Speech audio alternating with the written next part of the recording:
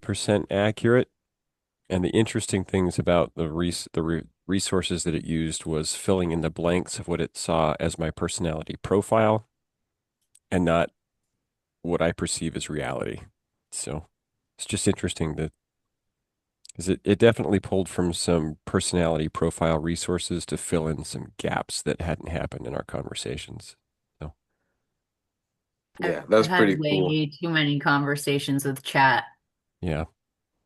Yeah, it learns. It definitely It Hmm. knows learns. entirely too much about me. In fact, I'm not really using it anymore because I'm a little freaked out by I it. figured Oh, they know anyway, so yeah, if They you do, think that's but I don't insane. need to feed it to them.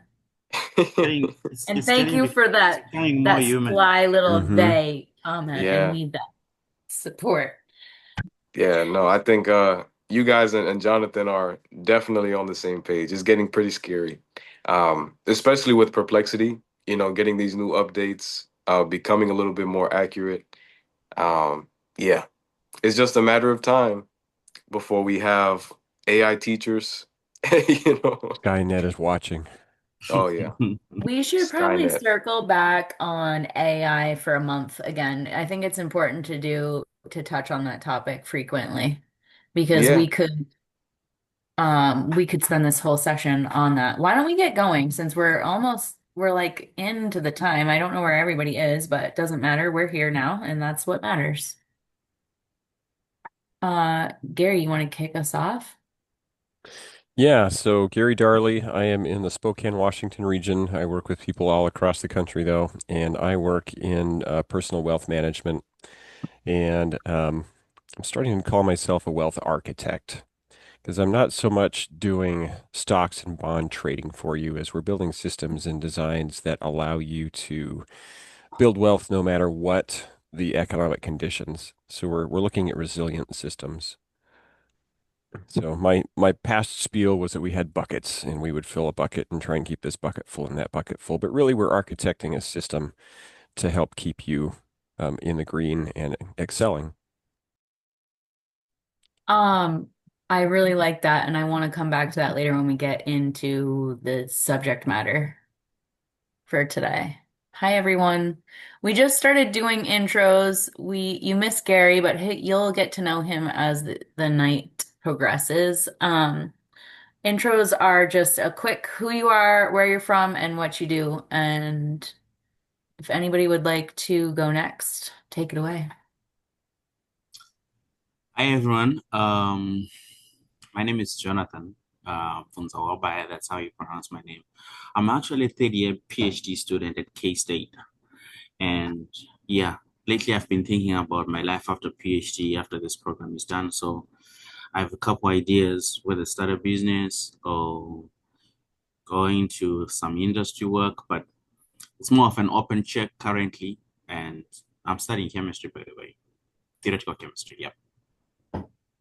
Keen Material State, are you science. in New Hampshire? Or are you online? Sorry, come again? You said Keene State? Kansas State. Oh, Kansas. Okay. Kansas State. Sorry. It's like you're right next door. Okay. Who's next? I will go.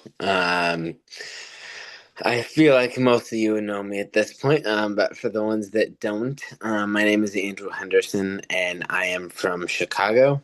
And I am similar to Gary in the financial space. What I do for people is I help create one holistic plan that allows people to have the most tax efficient portfolio possible, as well as similar to what Gary said. Protecting and growing your wealth no matter where the market is, no matter where the world is, no matter what else is going on around you. So that's what I do, and I'm with Equitable Advisors. Welcome back. Thank you. Thank you. Hmm? Who's next? Vanessa, I'm going to put you on the spot. Could you just pop on camera real quick so we can make sure you're real? And then you can turn it right back off again if you want to. Kenny, take it away though. Hi, everybody. Good evening. My name is Kenny. So my specialty is taking your magic, shining a light on it, and keeping it on you. And I do that through my company, Atlas Studios. And so what we specialize in is branding, marketing, and development. And how we work with entrepreneurs is if you have a plan to either grow, improve, or expand your business, or your identity, what you've already represented, we help you flesh it out practically, digitally. So yeah, if you can imagine it, we'll do the rest. Kenny, where are you from? I am from Connecticut. I mean, I know that, but I'm just calling you out. Thank you for coming on camera. I appreciate that. Who's next? That'll be me. Cool. Hmm. My name is Vanessa. I live in South Florida. I currently work as a secretary for at a hospital, and log in just to get the gist of it. Cool. Hopefully you have fun. I think you will. Let's see. Joe, If I can get this thing to come off mute, we'll be doing pretty good. you did So good. I spent 26 years in the military. I've been working in technology since then. Senior vice president of technology for a clinical trial company called CRO, Clinical Research Outsourcing. But I'm starting my own company. It's a trades platform company.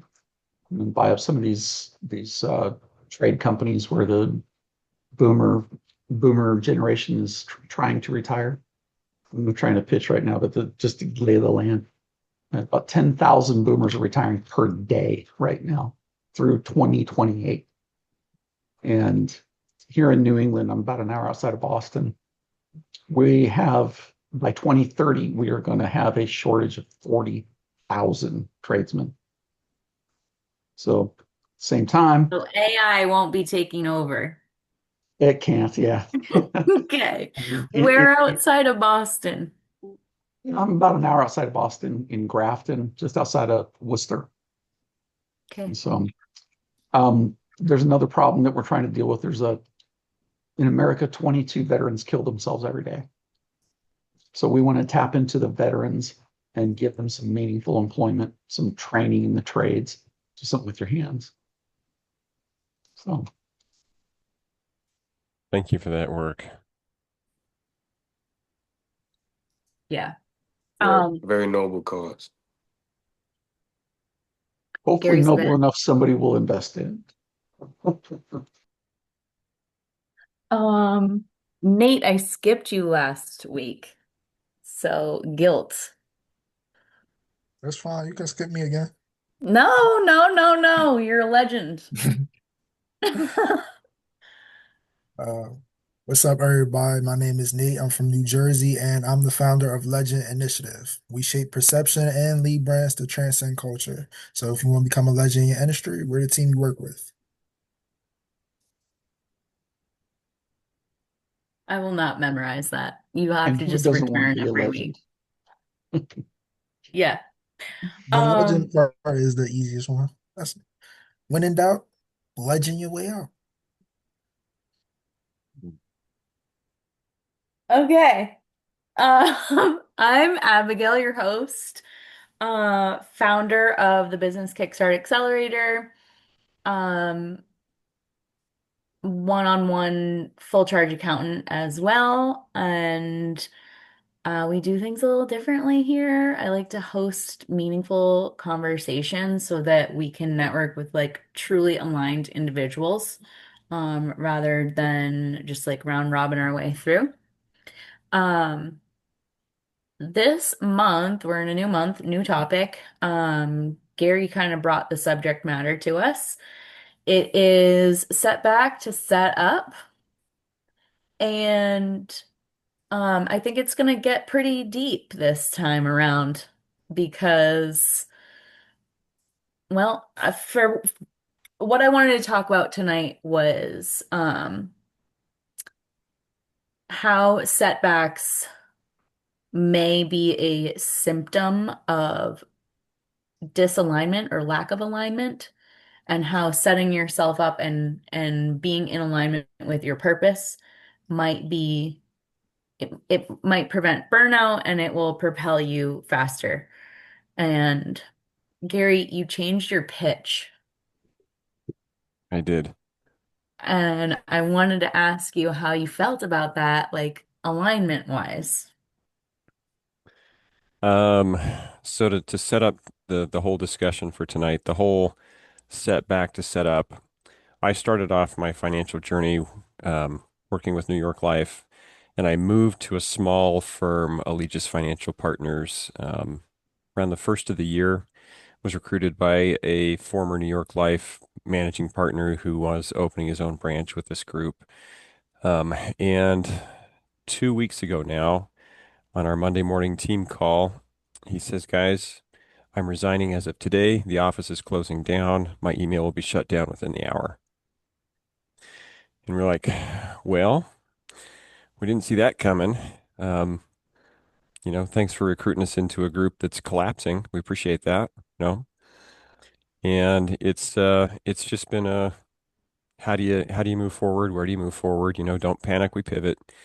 Um, and I had been doing some work, like internal type work on what is it that I'm actually doing? What value am I actually trying to bring? Because I was spouting a lot of stuff that the industry just kind of teaches you to say.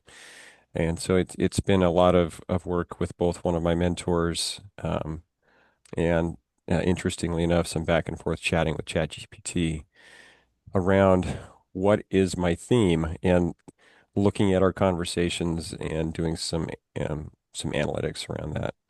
So the shift was from being kind of your generic financial advisor over to what I really jive with as being a wealth architect. I'm not going to pick your stocks for you. If that's who you're looking for, I'm not your guy. But I like setting up systems that are going to be very resilient to market setbacks and that are going to allow you flexibility and choice. And that's really more of what an architect does is build systems, or an engineer would build a system. And so it's just been a point of reflection.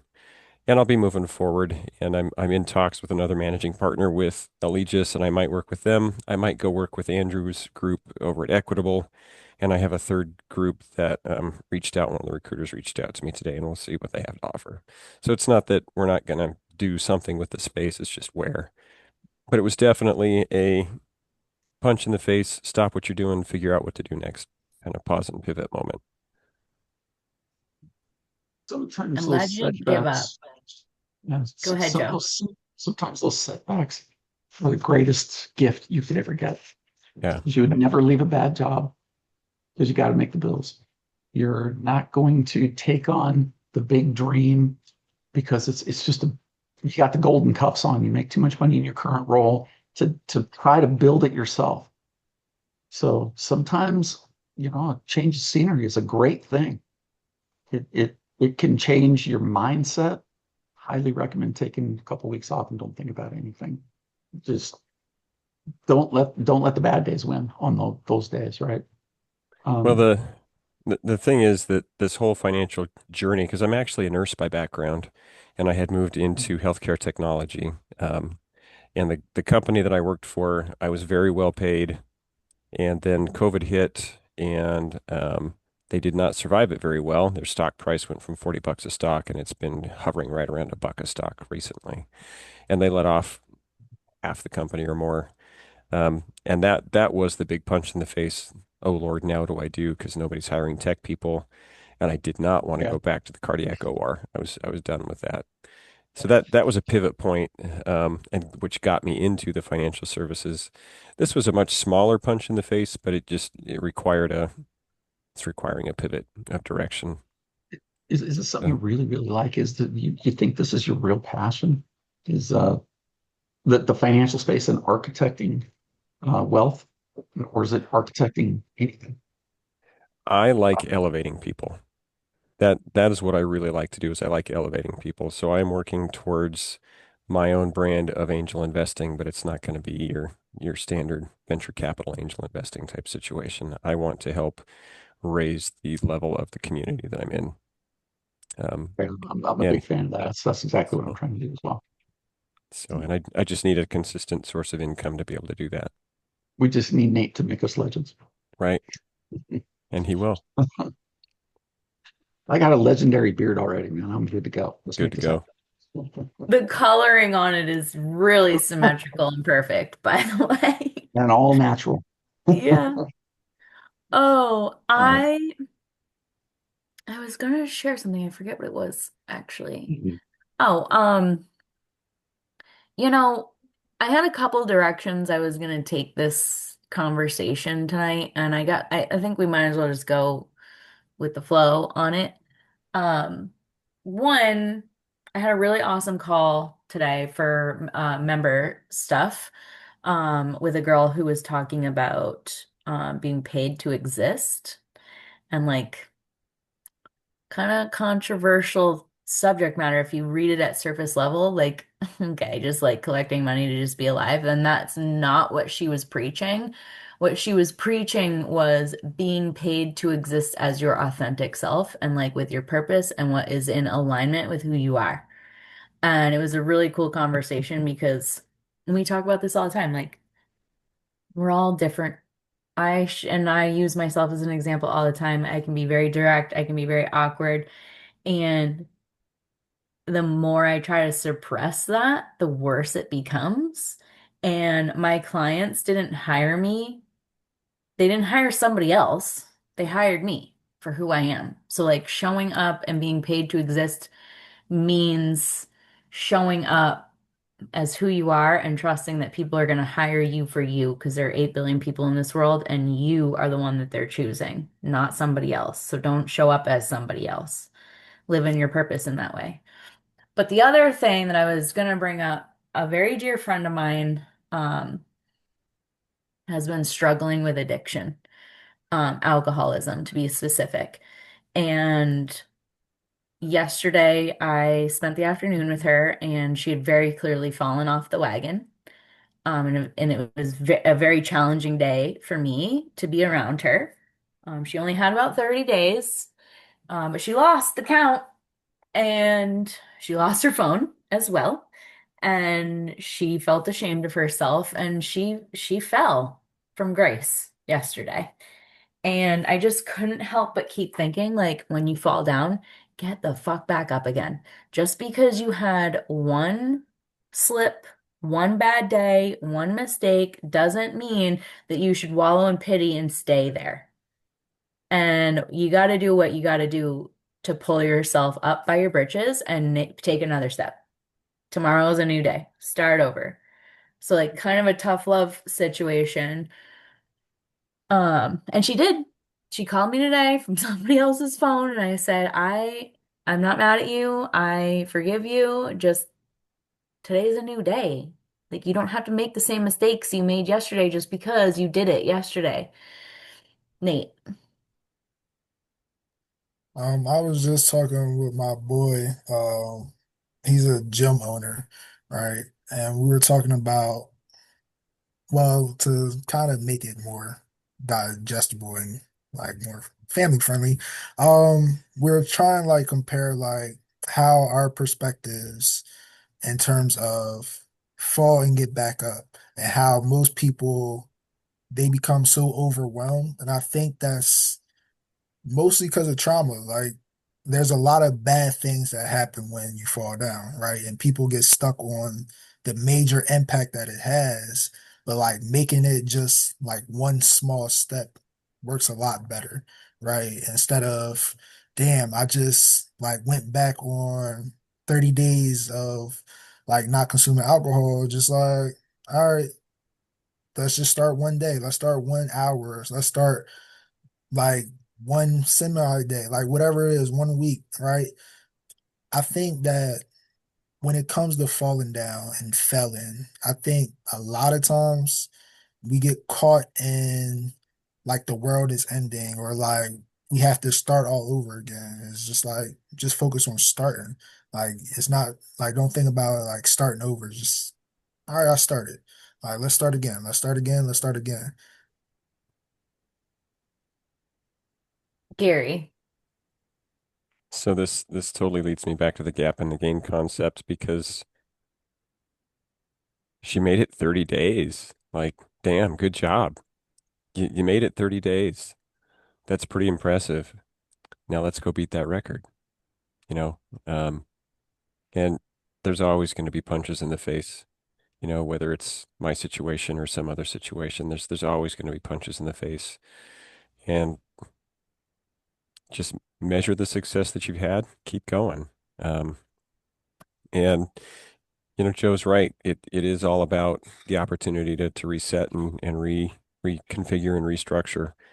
And maybe for her, this is a look at her environment because a lot of addiction happens in specific environments, and it is caused by specific pain. Maybe removing yourself from the environment is the opportunity. This is the opportunity to do that. Um, I don't know her case at all, but that could be, and that's where I've seen a lot of my friends with addictions have to change is they have to completely shift their environment, even if that means moving across the country. Uh,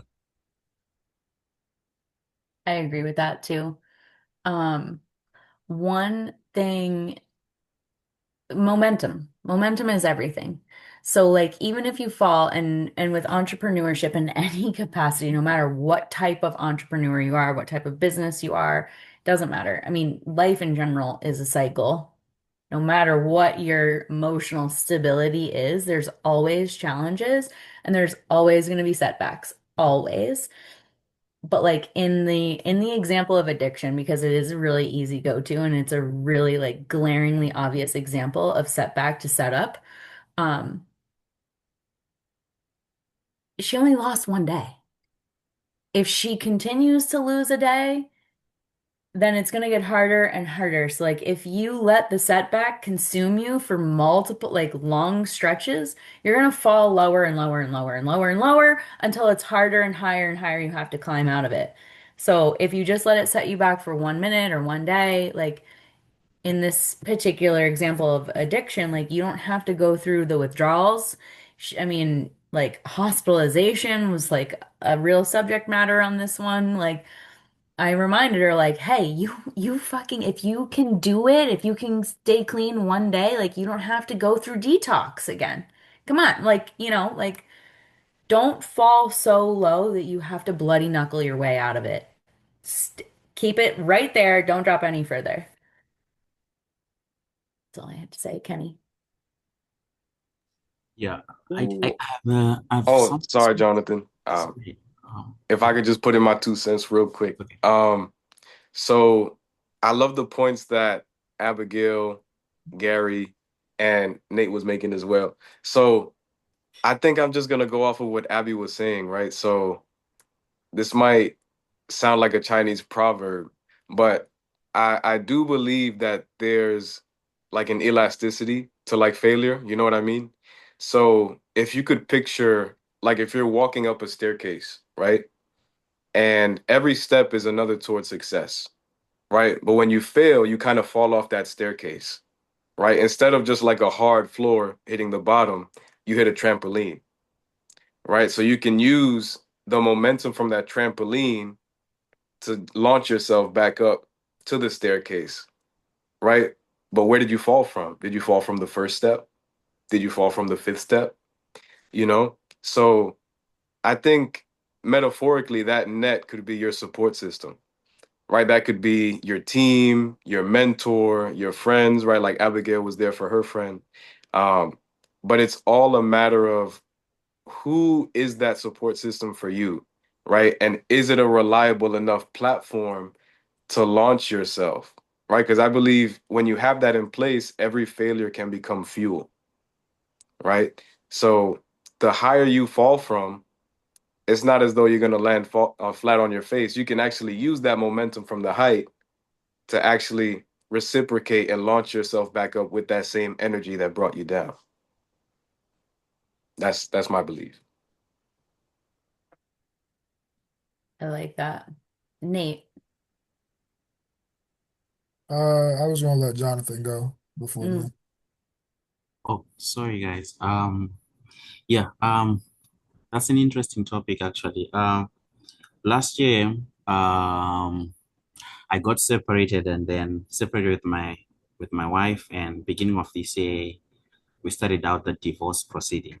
For me, that was a big changing moment, really, um, because I had to reset. Like I think when people talk about separation and divorce, specifically for men, they say you really have to you ask yourself who are you with as not as a family man, who are you? So for me, that question really became louder. And to some extent, I thought about quitting the program. I'm in a graduate school, PhD. But then I think to some point during this program, the PhD came out as the light, which kind of, I was like, oh, I think a lot of things are going bad for me. But this one thing, I think it's still sticking out. If I let go of this, then I'm left with nothing. So to some extent, that came out as a rope that I just kept on crawling around there until I was at least able to find my way out. I'm still figuring out my way out, but I think now the pipeline is much more clear. Even this whole thing of looking for you guys, business innovation and network is part of this whole reset. Like, who am I? Am I able to find myself back again and say, start something new, get involved in something different? So, yeah, I just wanted to share that little story to give that bit of a context in what you're saying. I love that. That gave me the chills. I could talk more about that too. Maybe I will. Nate,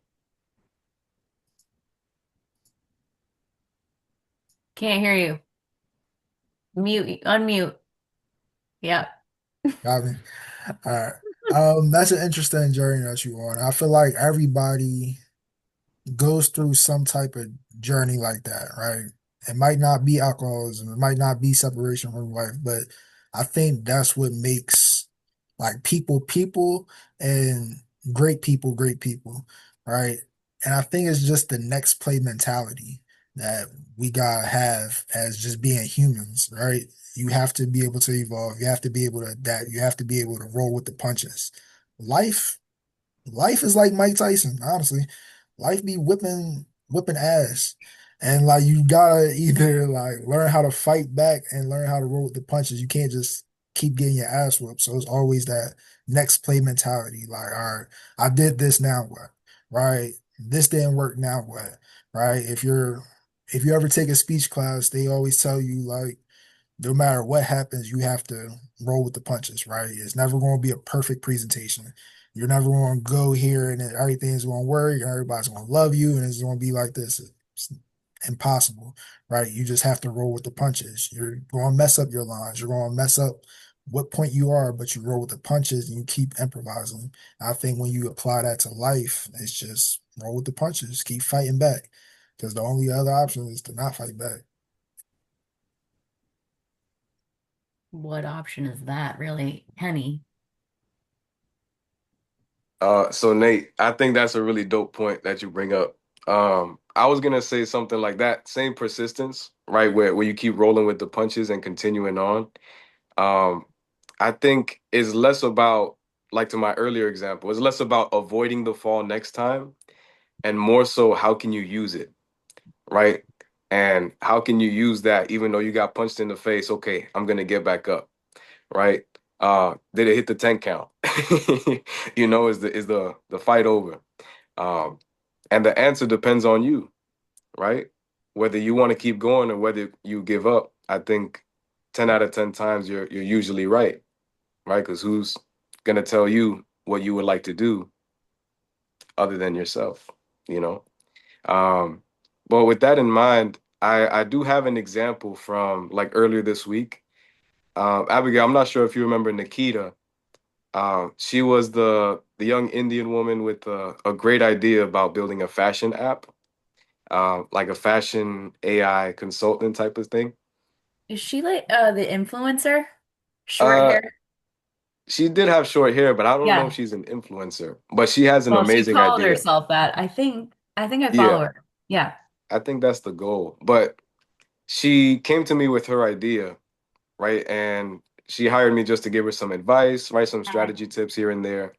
Um, so she ended up changing her business model from B2C to B2B, right? So from people who buy clothes, they need some advice on their wardrobe, to the people who make and sell the clothes, right? And I said that's actually kind of daunting, right? Because you're this small little startup reaching out to these huge, companies that have been around for like 20, 30 plus years. So what I talked to her about in our last conversation is kind of breaking into that market, but in increments, right? So instead of just straight up going to, Dior or Chanel, um, you can start with the people who, are associated with them, right? Who might have a brand sponsorship. And then that brought about the next point of we should start talking to stylists, right? Or that should be part of your ICP, your ideal customer profile. Because stylists usually they do have these brand sponsorships, they have a large following, right? And once you get in with them, you're pretty much set, right? Because they have their circle of people who they deal with within their network, whether it be their partnerships, their team, so on and so forth.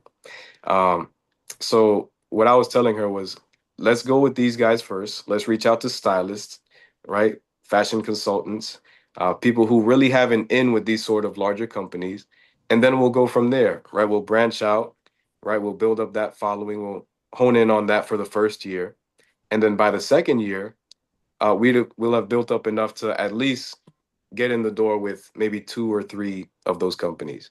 Um, so again, if she just went with that initial idea, she would have had a major setback, right? But in this instance, I kind of served as the trampoline where it's like, hold up, no, don't do that. Let's bounce back up. Let's reassess and get you back on the staircase. Um, so yeah, I think with that conversation in mind, it really put into perspective, like without that support system, it really does change the game, right? Because she would be persisting, all these times she would be getting punched up, knocked down, but without that platform, to support her or that momentum to push her back up. So very, very fortunate to have that example. It's crazy how relevant these conversations are. It's it's really crazy. Um, Relationships are one of those things that can cause setbacks often. Jonathan, have experienced major setback in relation to divorce, not just divorce. The divorce honestly was like small at this point on the scale of like setbacks because of relationships. Um, but one of the things that I learned through my latest relationship that really like literally I was knocking on death's door about like forget about the business. Like it took a hit, but like my life and my livelihood were like on the line. If it weren't for, and at the time, I didn't realize the support network that I had. And you don't necessarily realize it. It doesn't need to be 10 people. It can be one person, it can be two people, and they don't need to know everything about it. It can be this group. This group is definitely a support group, like 100,000%.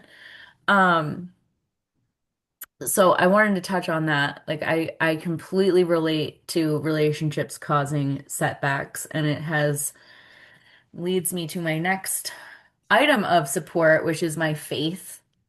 And I feel like it's important to bring that into this conversation, because when you hit a setback, if you have a strong foundation in faith, whatever it looks like, it doesn't need to look the same for everybody. It doesn't matter what basis it's from. As long as you have something, a greater power of some kind that you can trust will help work it out for you and act as that invisible support system, and know that you're on the right path. Like the example I brought up a few weeks ago where I lost that client because of the CPA argument I got into, like I knew in that moment it was dark, dark moment, and I cried for like 24 straight hours, and I knew in the moment I knew I couldn't see the faith that I needed to have, but I was having those thoughts like my faith will get me through this. Something is coming, but I can't see it at the same time. At the same time, I can't see it, but I know it's there. And sure enough, it worked itself out. But like that was a support. Um, and I think that's also like a matter of alignment also and being in alignment with your greater purpose and like knowing that at least you're on the journey to get to that purpose. I think it all comes back to the same conversation. Andrew. Well, I wanted to circle back to an earlier point we brought up actually, and that was kind of just about like the setback and the many forms that can take and where it can come from. And it's interesting because I recently had a well, I've been in this job, doing my advisory work for just about over 6 months now.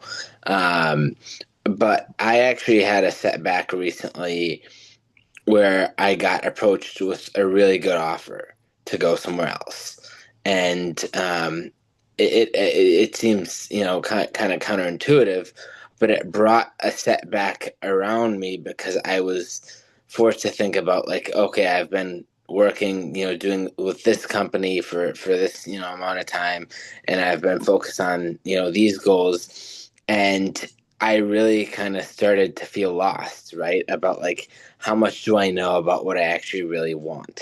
What's important to me? And it created a setback because it made me feel a little bit lost, want to take a step back. And so, it's um, we have this kind of thought process about setbacks and kind of a negative implication around them, but they can also really come from positive things, and so it's always good to one thing I saw recently, like whenever there's some setback or some negative thing that comes up, think about like three good things that come from that setback. And I saw that and I was kind of like, oh, this is just another one of those random motivational things. But I tried it and it really helped to reframe things. And so I just wanted to share that piece as well. That is a huge topic. Gary. That is the gap in the gain right there. That's I come back to that book all the time because it's had a huge influence on how I see the world and pick yourself up and move forward. Um, but I wanted to circle back to something that Joe had said early on in the conversation about don't do anything for 2 weeks. Um, and I think that's actually really wise to give yourself the time to see the forest for the trees, um, and to take that little bit of time to figure out also what Andrew just said, who are you and what do you want and where do you want to go? Um, and I think that's a important piece of the get knocked down, get back up. Especially if you're struggling a little bit with identity, it's really important to take that time to step back and look and watch and take a deep breath and let let yourself come to the conclusion that you're trying to come to. That alignment that you talked about early on, Abby. Let yourself become aligned with who you're trying to be. I have a few very interesting things. So the part about taking a step back for a couple weeks, I genuinely believe that travel, vacation should be a fundamental element for behind your purpose. Because I mean, I've seen it in dollar signs. I have seen it in dollar signs. I can't even tell you. I have seen it in dollar signs. A very close friend, client, um, oh gosh, they built a $10 million company and they built it in 10 years. $10 million company in 10 years. They got stuck around $2 million. They were working so hard, just like grinding, burning out. It was like it might have been like 2019, just before COVID. They were stuck at 2 million for like a couple of years, and they had gone 500,000 to a million. That's a double. And then they went a million to 2 million. That's another double. Oh, my computer battery, don't do this to me right now. Um, one year they went on 4 vacations. And in that year, they went from 2 million to 4 million. They were stuck at the 2 million. I'm gonna join on my phone. And the following year, I was like, you know what, you guys? Whoops. Hold on a second.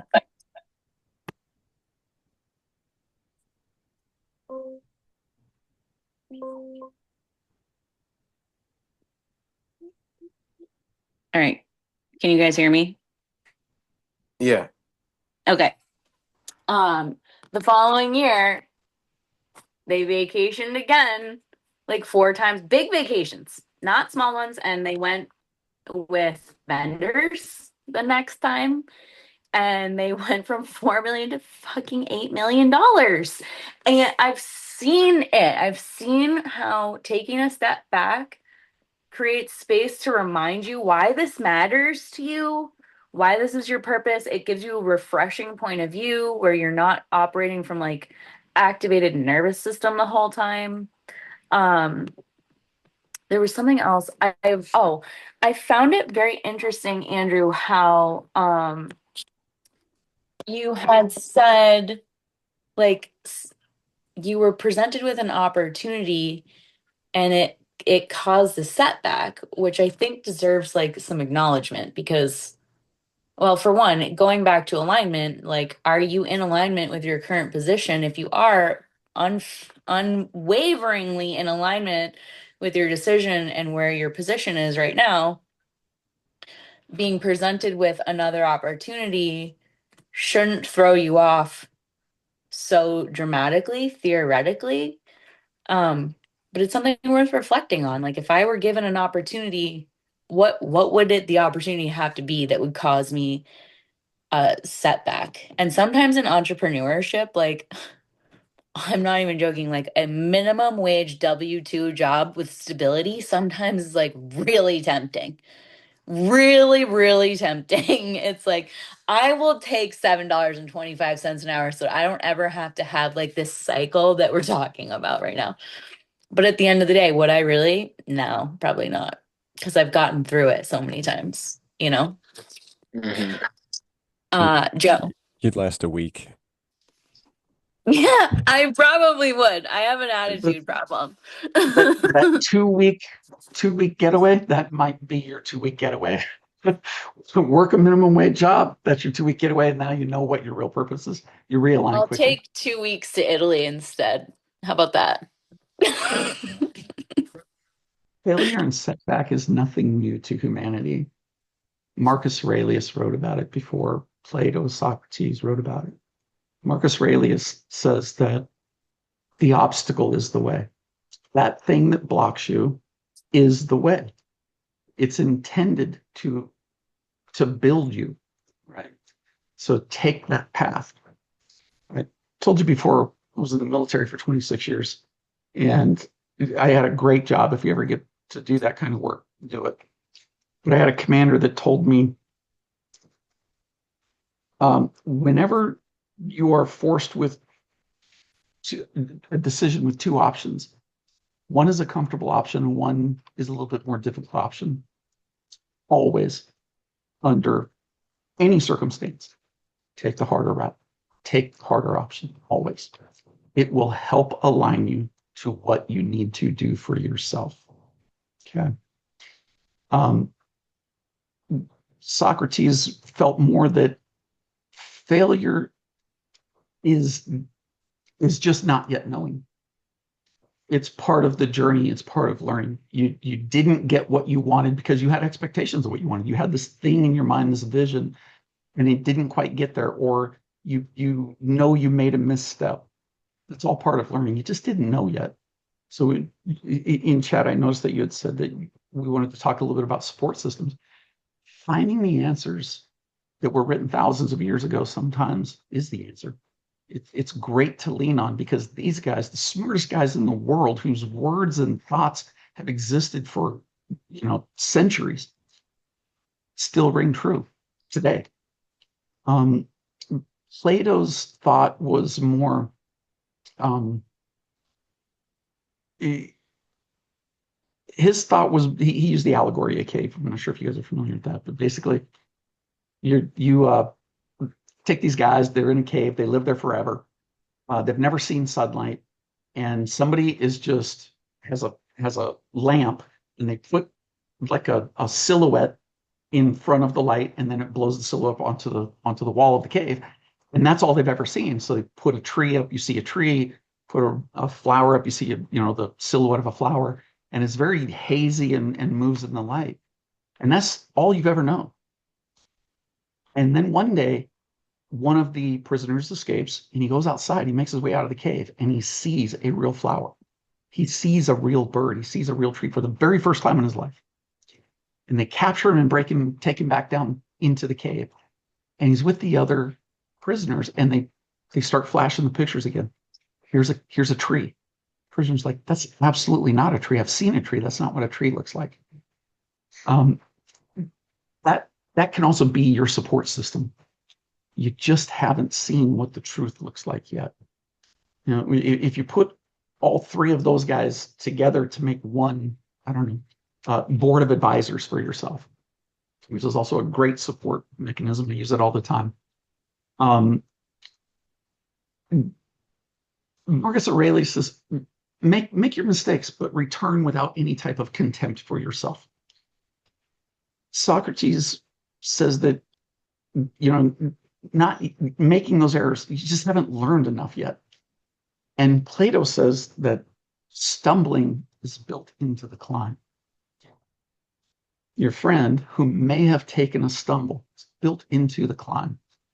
I also saw in the chat, look, 30 days, man. The next 30 will be easier for her. Actually, it will. It'll be a lot easier for her, as long as she does it quickly. It takes any time on that process, and it might be a difficult 30, and she might have to repeat that 30.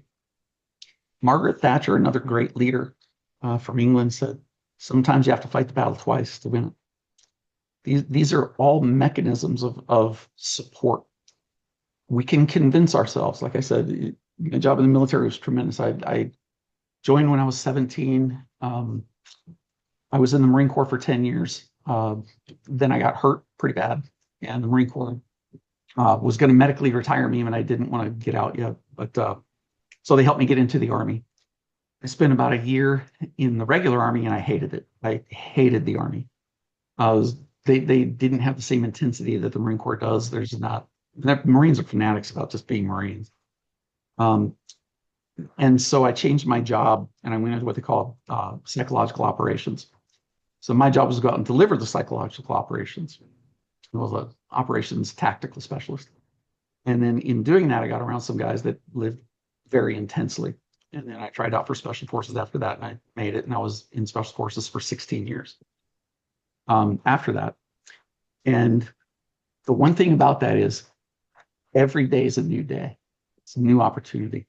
And you are going to fail. You're going to fall on your face. There are going to be times you want to quit.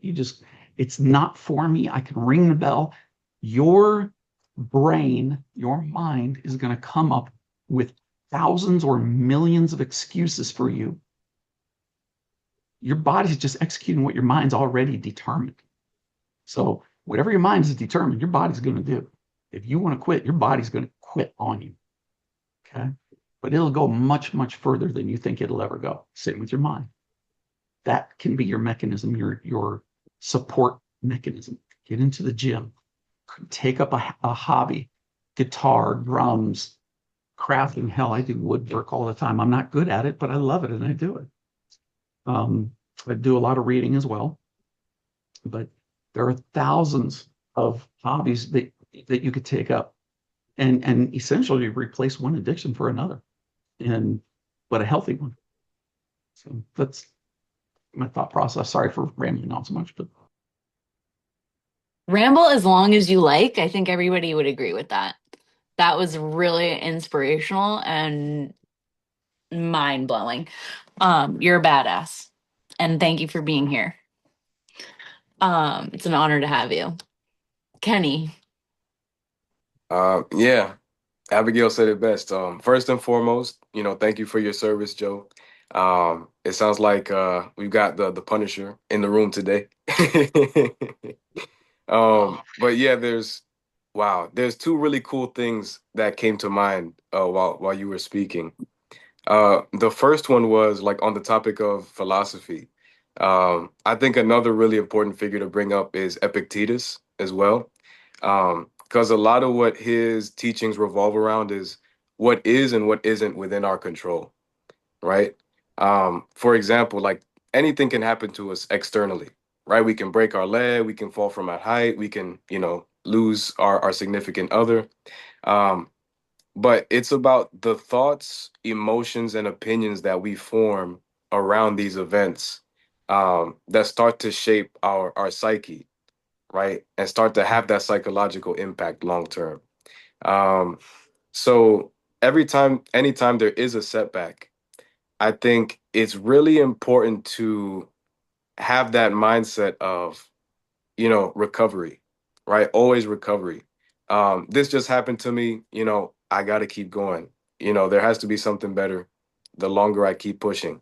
Um, and then the second thing that it brought up was the poem by Robert Frost, right? The Road Less Traveled. And noted it's called the road less traveled for a reason, right? Because it's probably more dangerous, more perilous, more life-threatening. Um, but for those who do choose that road, right, like you were saying in Marcus Aurelius's teachings, that obstacle could be the way, right, to progressing towards that goal. So Yeah. anybody else, traveling down that road could easily be thinking, oh shit, I should have taken the other side, right? I should have went to the right instead of the left. Right? Because they're experiencing these things externally, right? And they're forming these thoughts, opinions, and emotions around that external event, right? So I think there is a level of resiliency as well, that you need to have to keep that persistence, to keep pushing forward. So I think it's really amazing that you brought that point up. This is Thank you so very much. good. This is gold. Nate. First off, Joe, Plato, Allegory of the Cave, amazing read. I suggest everybody do it. But I know you went past it. You didn't talk about the most important part. I think it's very important for support systems is when the prisoner went outside and he's seen this world and he's seeing all these things, right? He's seeing basically the truth, right? He went back and he was trying to help him, but it was so hard that he couldn't see, right? It's kind of like when you go out in the sun, you try to go back into a dark room, it's blinding. And he's trying to help these people, and they're trying like, yo, I can't see you, but yo, there's something that's way better than these caves and these walls. Like, if you just turn around a little bit, like you can see the sun rays a little bit, and they weren't trying to hear him. And like now it's like the people that want to be stuck in their habits, right? Stuck in the failure, and then he's trying to come back, but he also can't see, so it's a struggle. So when you talk about support systems, it's so important that the person knows where you're at, knows where you're coming from so he can relate, but also can see the other side, right? It's hard to kind of bridge the gap otherwise, right? And you also have to be willing to get support, right? The prisoners, I'm pretty sure the prisoners were just stuck there. Like the Yeah. the philosophy ends, but the prisoners was just stuck there. But it was that combat because they didn't want to face the truth. So it's always hard to get somebody that is an alcoholic, that is addicted, that is stuck in a failure to see like what's more for them. So you have to bridge that gap, but you also can't tax yourself being a support system of like, all right, they don't want to see the truth. They don't want to see the sunlight. Right. That's So a that's always phenomenal point. important. And I did breeze over that very quickly. But the prison that they were referencing is your mind. And he couldn't get out. He was stuck in this fog of uncertainty. He couldn't find a path. So to summarize what Nate said, make it a little bit more succinct, is it, he's architecting context. He's building the context around it. Then, and in diresome times, when shit's not looking good, the best thing you can do is build context. And when you are lost in the fog of uncertainty, it's to find somebody who can see through that fog, who's got a better vantage point than yourself. Seek them out, link up with them, have a candid conversation. It can be very short. Sometimes you don't even have to talk. So I mean, just see it on your face. Damn, today's a hard one, isn't it? And I'll leave you with this one point. It's just don't ever let the hard days win. Don't let the hard days win. If you're going to quit, and this is how you get through Special Forces selection, if you're going to quit, you quit tomorrow. And every single day, no matter how bad it gets, you quit tomorrow. You don't do it today. Do it tomorrow. Get a good night's sleep, eat a good meal, think about it overnight, do it tomorrow. And if you do that, tomorrow never comes. You never give up. Sometimes other events happen and you're taken out, but not because you quit. Good way to leverage procrastination.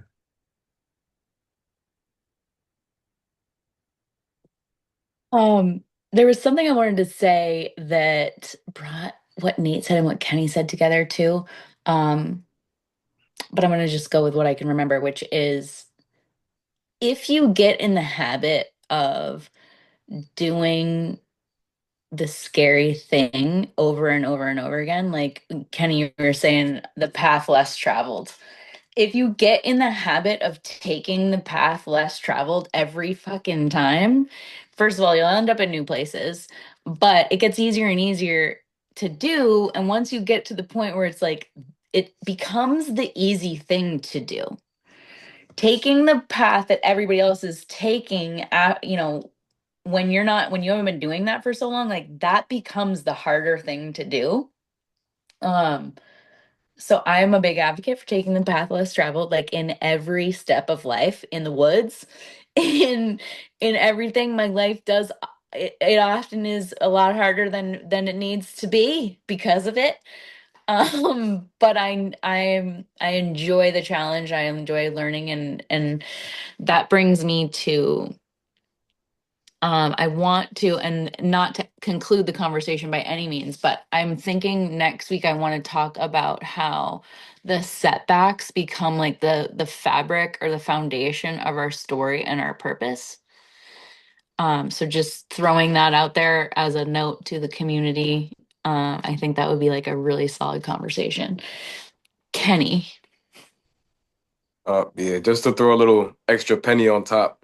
Um, I do love the idea of incorporating the support system into my earlier example, because it says the road less traveled, right? It never mentioned that you had to travel alone, you know? So I think it's all about the people who you bring with you on that journey and how you guys confront all those obstacles together as a unit. That's it. That was my little piece. Welcome to our group, to the newcomers. Please So just come a again. couple parting thoughts. You're right. Nobody says you got to take that journey alone, and you never should anyway, because it usually ends badly unless you are just really, really super strong. Um, Build yourself like a board of advisors. Every publicly traded company has a board of directors. Great companies, good companies have boards of advisors, and these guys are professionals at everything they do, and they will tell you. It's a mentorship, and they don't have to be real people. It can be a book. It can be a character from a book. What would that guy do? Actually sit and think about it. There's actually, funny enough, a website using AI that you put the name of the book in and you ask for advice. You can have a conversation about it, and it will read to you from the characters and tell you what they think. So put that away. I'll see if I can find that website and send it over to you guys. But the fear is a big thing. It's a real thing, but it's something you choose. Okay. There's a Nordic proverb that says the shadow of the wolf is always scarier and bigger than the wolf itself. And that's true. The other one that I like a lot is belief, faith, and fear. So faith and fear both require you to believe in something you cannot see. Make a good decision on which one you're going to follow. Okay? Good. Hope everybody has a great night. Joe, I hope you come back. You are an expander in this conversation, and I really genuinely mean that. I hope you return. Um, I guess it's time to talk about returning anyway. We're here every Thursday, same link. Most of these faces are core people. Um, so Kenny, do you want to share anything? Yeah, I'll do the honors. Okay. And Joe, I really appreciate you being in the room as well. It's not often that I get to bring up, my philosophy, background really quick. Um, but yeah, as for the quote of the week, guys, in theme with setbacks and setups, our quote today comes from Jamie Kernlima, who says, "The people who succeed the most are often the same people who fail the most because they're the ones who kept trying."